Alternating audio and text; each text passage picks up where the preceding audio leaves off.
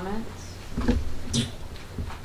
I certainly appreciate the work you've put into the presentation as well as the scales and your commitment to this, what can be construed as a very sensitive issue when you talk about money, as well as all the individuals in the compensation committee that spent their time, their own personal time to be involved in it.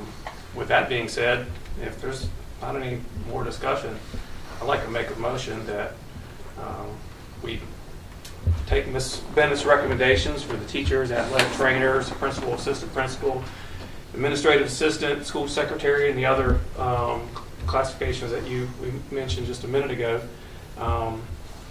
to realign them to the proposed scale, with the caveat that we're going to address the additional scales, including returning the central office to the 5% less than current, and freezing the central office until we get all others current. Right. I still have questions. We can still have discussions. Right. At 2 meetings I've asked for, and I haven't seen yet, you said that you all had put together a number of places that this money would come from in savings, and I've seen none of those. First and foremost, we're talking about establishing a scale. We're not talking about moving everyone to that scale immediately, as I've mentioned. It's not something that we've put an actual date in place, but we have to have a scale to start with. And right now we have multiple scales that do not coincide with one another, that people are all over the various scales, that we need to get ourselves consistent. So that was step 1, which we talked about. I agree with the scale, and I agree that, we have to standardize. Yes. But I don't want to put out from an HR public relations that we're doing the scale, and our teachers and our educators and everybody in our system say, okay, they're going to do it, and then we're behind. I kind of agree with Eddie. I need to see some Well, here's the numbers thing. and We're some behind things. now. We have a scale out there right now that we are significantly behind, that we're saying that right now we don't think it's feasible to get to that scale. So what we're talking about is establishing a scale, first and foremost, that we can work with. And then we'll move forward. These are 2 separate pieces. These don't go hand in hand from the But they will standpoint. coincide. Correct, but just because a scale is put in place doesn't mean that automatically tomorrow we're implementing. It means that we're working toward, but we have to have something that we're working toward. Right now, we've got 2 different scales in every position that we're trying to figure out, can we get to it and how do we get to it? And so what we're proposing is to standardize to 1 scale so we know exactly what we're working toward. Now, again, that does not commit us to fulfilling that scale by any particular date. And the compensation committee members, that the one that's here, I know he's shaking his head, but he knows for a fact that we did not commit to any specific date nor time frame, but that we would establish and we would standardize so that we had something to work toward. Am I stating that correctly? Correctly, and that it was just ready to move forward and to come up with this plan, but nothing was concrete, nothing was promised that it's time to move forward and go and start So from there. Stephen, let me ask, and because you haven't been spoken with the people, but when you think about, and everybody, you all had meetings with everyone, not just teachers, which is a good thing. So if this board commits to, and I would say a study of the feasibility of this scale, if we say it that way, and we've been through all the ups and downs before, but what's the feelings if this board can commit at some point this year to a portion of this, ever how small or ever how large, or at the end of the year we've got budget woes and it's just got to be put off for another year? Does working towards this scale, putting a new plan in place, what are your feelings on behalf of other employees? The understanding there that and I understand what Cindy just asked you again, but I'm a little bit more point blank with it. If at the end of this year we have done this and we have budget woes and there's no money, is that going to be a good thing to come back and say, but you all said you would, or is there a reality there that we did try to? And if it's even if it takes 2 years, 3 years, 4 years, if we start working on it, making some progress, then is that going to be a satisfactory that we are working towards it? You know, maybe it'll be 4 years, maybe it'll be 2 years. I still feel like we have to look at money before we can say any implementation of this. And we can put this pay scale in, just totally replacing what's there. And again, to me, pay scales and my research, pay scales and step raises are two different things. But that assumption that we're doing both of these together, that the pay scales are assumed to be step raises. So the big thing there is, I don't want this board to make a promise by making this vote that we're not keeping. So is it going to be perceived as a promise that we're going to give a raise this year, that we're going to equalize the playing field this year? What's your perception there? Well, I'm going to give you my perception. So I'm not going to speak for all employees because I need to take a vote on that. Right. But my perception would be at least we would be moving in the right direction. Now, if the funds are not there to accommodate of moving in the right direction, I don't have a problem with it. But I would have a problem if the funds are not there, but then we continue to have extra hires and create other positions like we've done in the past. Now, as a teacher's perspective, we have a problem with that. Let's go for an example. I know we hired an extra kindergarten teacher this year. Where did those funds come from? It came from Now, ADM. ADM from last year or this coming year? From this coming Right, I year. understand. So we hired a teacher with funds we do not have yet, correct? So you've already put that into it. See, that's where we as teachers come from. You have hired someone with funds we do not have yet. And then you created, 2 years ago, we took one position and created it into 3 positions. For many, many years, from Dr. Furman, Glenn Spangler, Tim Morse, probably Rick Furman, a lot of people, they were assistant principal, athletic director. One position. Then we created 3 positions. So we came up with extra money for there. But yet we didn't have money to help out teachers. So we've created positions along the way. Now we've acquired, I think, 2 full-time personnel up here in the central office to help out with technology. Am I correct on that? To where we were paying them part salary, but now we've got full salary and benefits. Where did that money come from? See, this is where we as teachers are seeing the outside and we're looking in because we see the extra. So, you know, if budget is a problem, we understand it if we can't get the raises. But how are you creating and coming up with all these other positions if you don't have the money? Okay, I'd like to respond to that. First off, in administrative positions here in central office, I want to separate that from teachers because I've had more than one teacher stand out there and say we need to hire new teachers. We need extra teachers. We need additional teachers. I've heard people from your group stand there as a part of your group say that we need more teachers. We need an English teacher. We need science teachers. But back with the thing with the kindergarten teacher, and I put some numbers together a few months ago, as we have increased our enrollment, which is growth, and everyone wants growth. At some point, growth means you need more teachers.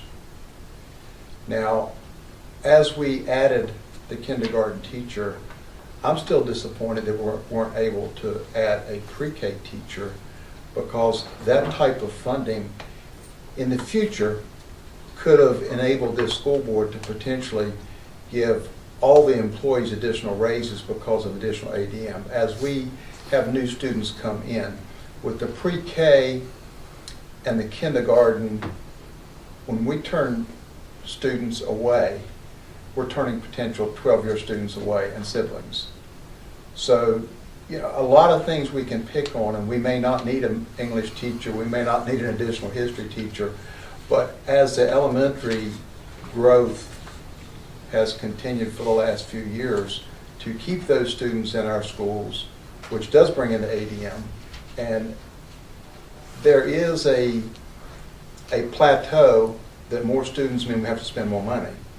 But hardly ever have I seen it in my time on the school board that we have had to pay more money because more students come in. Usually that ADM brings additional funding, and what we've seen, the track history of the last few years, those students and siblings have continue through our school system because our ADM has grown drastically in the last 5 years. Now, as we have to hire teachers in kindergarten and pre-K and elementary, hopefully that can do you all good and the whole school system's good. We want to grow, but as that brings ADM, that is our only additional funding right now. We can feel pretty comfortable we get no additional funding from the city. They're pretty much stressed on taxes, so it's tough. The state, the only monies that the state have given have been partial raises that we've had to match as far as any increase in funds. So with that being said, our only hope for additional revenue is additional ADM. And without additional elementary, kindergarten, and even I wish pre-K, it's not likely that our ADM would have been growing drastically as it has the last few years. And that's I guess, my reasoning for hiring the teachers as needed there. And again, I've heard teachers at the high school stand there and talk about the classes being overcrowded, and they've asked for teachers. Now, hiring the teachers, that's my great defense. I can't necessarily argue for or against as far as administration and things there. We have to go where we're guided, and we believe the need has been there. If there's good reasoning, and that's why I've asked for, continuous, do people see places that we can cut? Let's look at them and see. Sometimes outside looking in, it's not as easy to cut as what you think it is. But we will look at that. And that's why I want to see suggestions. Absolutely. If we can come up with additional funding, I do. But the one thing that I can't have an issue with is anything that's going to stymie the growth of our school system. I mean, to me, in the last few years, and I don't remember numbers, but probably in 3 or 4 years, we've increased well over 100 students, which is quite a bit of money. You know about ADM, you've listened to it enough. That's a lot of money. It is That's a lot of money. And it's the only additional funding that we've gotten over that time frame. So, just if we can get $100,000 in ADM and have to hire a $60,000 teacher, we made money.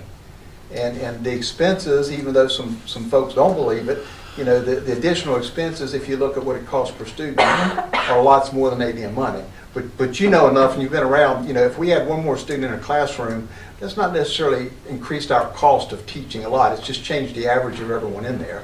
But that ADM is real money. But it does come a point that we have to add a teacher. We did that, a big influx, I guess, 3-4 years ago. And that class has been big. Right. And that's where we are with those teachers. So And I agree. And those needs change based It upon will that vary too. from year to year. Right, and those are projections. Right, so as we say that, but the ADM, in saying that it's using money that we don't have, ADM every year is money that we don't have. Correct. And what used to happen, when I first got on the school board, there was a big cushion, Melinda, right? I mean, usually there was 30 or That's not 40 really- understated ADM. Well, at the end of the year, what happens if that did grow, or if it stayed where we thought it was really going to be, at the end of the year, we had these funds left over. The city doesn't want to see those funds left over, so we have to go with the most realistic number that we have, and we've done that number based on last year, not a extreme projection for this year. So, we're betting on money that we got last year, not so much a projection of a huge increase on the upcoming year for that. So we're not hiring teachers with money that we don't think we're going to have or that we may have. We're just hoping that we don't lose what we have and do that, because that was done for several years. Again, there was But $100,000+ of ADM you're money. hiring based upon a projection, correct? Right, but there's no guarantees. Even if we were behind, we could lose 30 students. To get back to the question, I'm sorry, Ms. St. Well, we Johnson. actually have those students in kindergarten. Right. Yeah. And So- there's a lot of what ifs with that. Take for an example of that new enrollment, how many were county kids? Not very many. Not very many, 20? I couldn't give you. Let's just say, what if the enrollment was to go down to 50 kindergarten kids next year? Then what happens to that extra kindergarten teacher? What if It a would lot? be adjusted. It'd be I mean, adjusted. it So, has to and be, there are a lot of but- what ifs out there, and that's what Right. we are looking at. We're looking at, you have these projections, we have the projections also.